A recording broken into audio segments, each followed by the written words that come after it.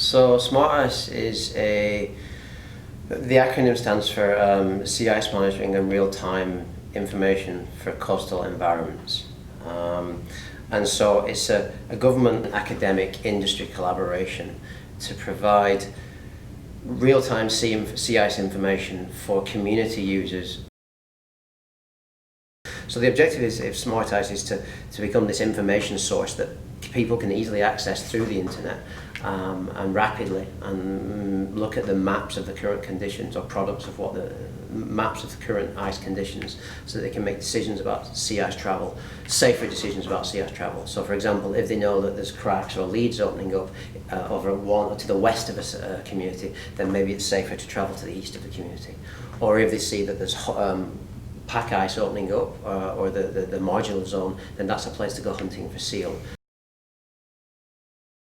Our target communities right now are Nain, North West River and Rigolette.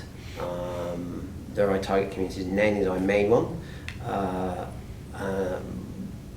It was the first one we rolled it out in, and then last year we rolled out into North West River as well, and then Rigolette's going to be Rigolette's kind of started, but we're becoming more active there next year, next ice season. We work with sea ice specialists there, whether they are local sea ice specialists, so they could be hunters, they could be wildlife officers, but people who travel on the ice and who know the ice well.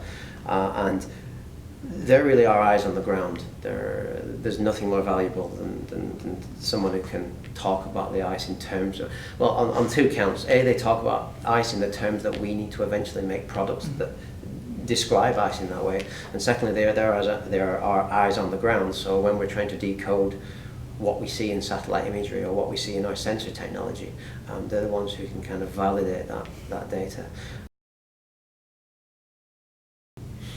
I think that the best story I had, or the best experience I had, and going back to what we just talked about, and when you go and you talk and you're stood on the ice and you're talking with people who are out there, it's just amazing to hear them.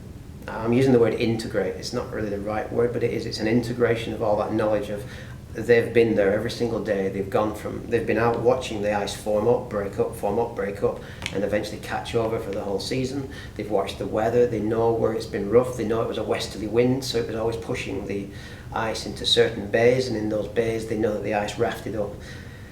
And it's that conversation that brings all that knowledge together, and it gives you a sense of wonderment of, okay, I've got to now try and capture that, but from a science point of view, with all the instrumentation, whether I take weather data, satellite data, in situ data, I've got to combine that in the same way that they think about it. And it makes it quite a daunting task, but it's really challenging, it's really interesting. The best example I can give of where this really hammered home for me, we were out doing some ground truthing work on the ice, and I had and I was getting a satellite image for that day.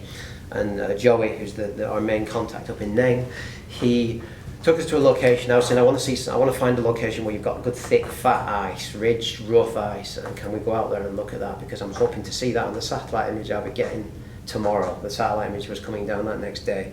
And he took us to a location, middle of nowhere, beautiful location, stunning, nice day out.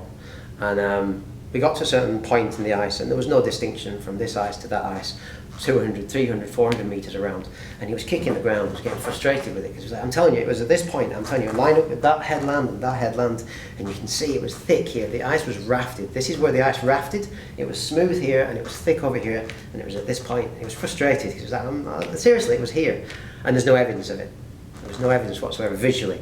And I got home and I looked in the satellite image and I looked at my GPS track, and at that point where we stopped, the satellite just changed. It went from this smooth ice to this rough ice, and the satellite could see it.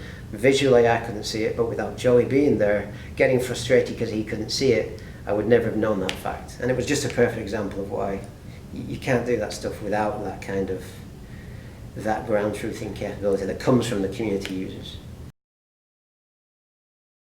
I mean, the whole point of smartICE wouldn't exist without the existing traditional sea ice knowledge of the Inuit, because they're involved in the development at every stage, through Joey and through, well, I'm not going to name all the names, but through the guys in Rigolette and through the guys in North West River, through the community users of the sea ice who've been involved in the workshops. Their knowledge is essential, because the whole point of smartICE is that we take the scientific, as you said, the Western technologies, and we overlay or interpret that data in such a way that's translated into terms and in the way of thinking of the Inuit think about the sea ice.